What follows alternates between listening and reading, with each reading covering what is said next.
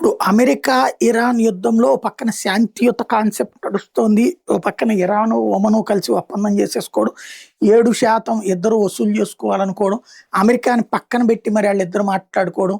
Final findings మాత్రం అమెరికాకి చెప్పడం. అటు పక్కన నడుస్తోంది.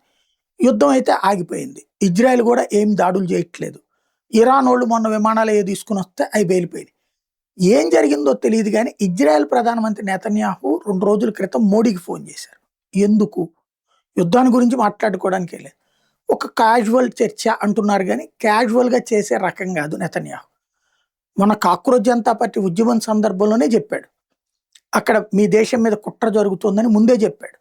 చెప్పిన తర్వాత కొన్ని ఇన్‌పుట్స్ కూడా మీకిస్తామని జెప్పాడు. ఆ తర్వాతే 2930 మందిని పట్టుకున్నారు సంఘ విద్రోహ శక్తులు. బెంగాల్‌లో పట్టబడినటువంటోళ్ళేమో యూనిఫార్ములు తయారు చేసి మిలిటరీ యూనిఫార్మ్‌తో, ఆర్‌పీఎఫ్ యూనిఫార్మ్‌తో, పోలీస్ యూనిఫార్మ్‌తో స వీళ్ళతో కలిసిపోయేసి చివరికి జనాల్ని కొట్టి చంపాలి. తద్వారా పోలీసులు చంపారు ఇదంటూ తిరుగుబాటు రావాలి బంగ్లాదేశ్ తరహాలో ఇదే నేపాల్‌లో అట్లా జరిగింది. ఆ తరహా అన్నటువంటిది ఒకటి.